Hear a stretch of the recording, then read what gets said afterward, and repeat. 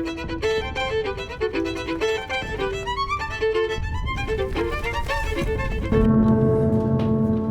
name is Teo Weyman, and I'm a director of photography. This project was a PSA in support of Ukraine and Ukrainian people. And I was approached to do it by a friend of mine and director who is Ukrainian.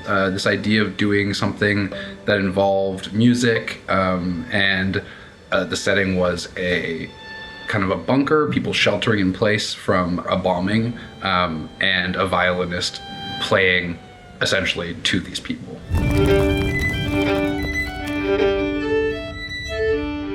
So this project was interesting. It was a little challenging because we were shooting in underground spaces in these tunnels, essentially, in basements. Wasn't real windows or motivated lighting, so we had to kind of figure out how to light the space, hiding fixtures, being creative, and finding kind of motivation for light where there wasn't a lot of motivation for light. I really wanted to push kind of more of a creative theatrical look on this. I wanted it to be very saturated, very colorful.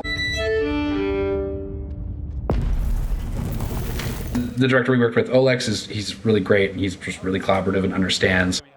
And cod. Sweet. It's gorgeous. I've got goosebumps. We decided to go with a steady cam, which was really tough because the places that we were shooting were really tight. Feeling moves slower. One of the first setup was like a 6x6 tunnel where our steady cam op's head was touching the roof. Like the camera was an inch away from the ceiling probably the whole time. We had a lot of close-up shots, moving into wider shots, moving backward, and it revealing a bunch of people sheltering in these tunnels. Trying to find a way of lighting it that made sense and didn't take people out of the creative and the story was definitely a challenge, but with the gear that we provided by OC, we were able to have RGBW, DMX controlled bulbs. The only other thing, Max, was, and this is another curveball, can you make this bulb flicker, just the one? Basically, DMX controlled everything, so we could hide fixtures, you know, back up in kind of recesses in the tunnels and these little nooks and crannies, and as opposed to having to, you know, change things by hand, we were able to, Max, our gaffer, was able to actually control everything via DMX with an iPad, which was super convenient and made things so much easier. This was this underground tunnel kind of network underneath an old power station in Hamilton. No windows. We had to really motivate our fixtures. The bulbs, essentially. So the bulbs we used as practicals in kind of construction light fixtures with these like metal cages. They look very like, you know, temporary lighting set up kind of quickly. Used Titan tubes to complement that and to push that light a little bit, to wrap light around people's faces. We were able to kind of hide them in little places. Art was really great. The art department was really awesome. And they were able to hide some of our fixtures behind, you know, bigger pieces of furniture, mattresses, whatever.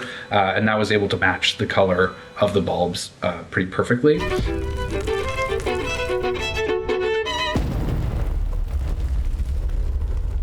The basement had this interesting kind of skylight. It's like a 6 foot by 6 foot hole in the ground that led up to the warehouse above it.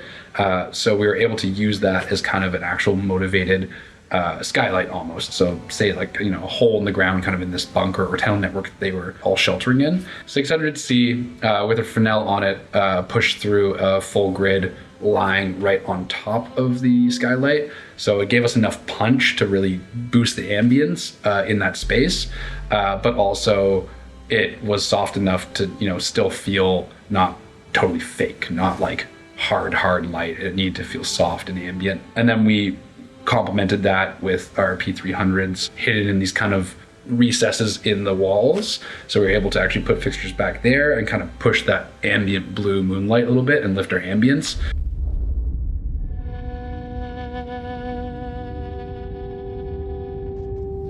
Got it.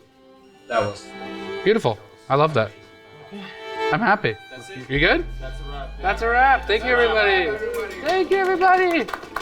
Thank you so much. The director is someone I've worked with before, not in a director role, but he actually came out and was a G&E swing on a project I had once, and has been trying to kind of break in as a director, had this idea, so I was happy to jump on board. It's kind of a catch-22 in this industry, because it's kind of one of those things where it's like, nobody's gonna hire you to do a role that you haven't already done, but then how are you supposed to ever get experience to do that role if nobody's going to bring you out? I had a relationship with OC since the beginning of my career, before I was a DP, and they find people who they like and they think are skillful, and they'll invest in those people. And I think that's really important in this industry. I think it's really important to be able to find people and like believe in people. Honestly, the biggest thank you to Ontario Camera, because I would not be where I am right now without their support over the last 6 years. I know everybody in the shop, everybody's, you know, super genuine and super supportive. And I think that's something in this industry that's really important, just supporting people.